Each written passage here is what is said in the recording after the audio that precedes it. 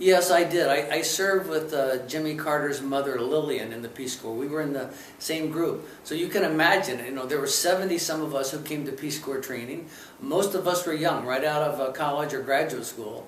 And there were a handful of older people. And one of them was this gray-haired woman named Lillian Carter from Georgia. I had no idea who she was, and certainly didn't know at that time who her son was, but she was as old then as I am now. She was 69 years old when she joined the Peace Corps. And it was an absolutely amazing thing. Here I was, a guy from the Northeast. She was from the South, had totally different worlds in many ways. The ages couldn't have been more different at the end of the spectrum. And we basically fell in love with each other. I thought she was an absolute trip. And so I actually got to know her better after our Peace Corps stint than I did then, because we were stationed far apart while we were serving in India. But I used to go down to the so-called Pond House in Plains, Georgia, around the time that Jimmy was running for president. And whenever I would go, I would take her lobsters from Boston as I would fly out of Logan Airport.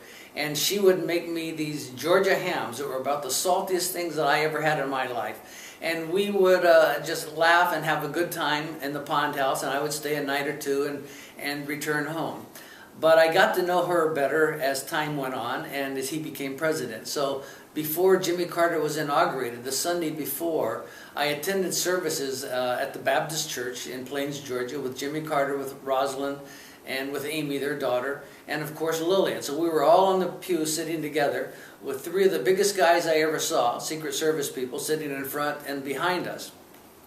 They asked Brother Jimmy to lead the prayer to open the service, and of course throughout the service, during the sermon, Lillian kept whispering things to me about nothing having to do with the church service at all.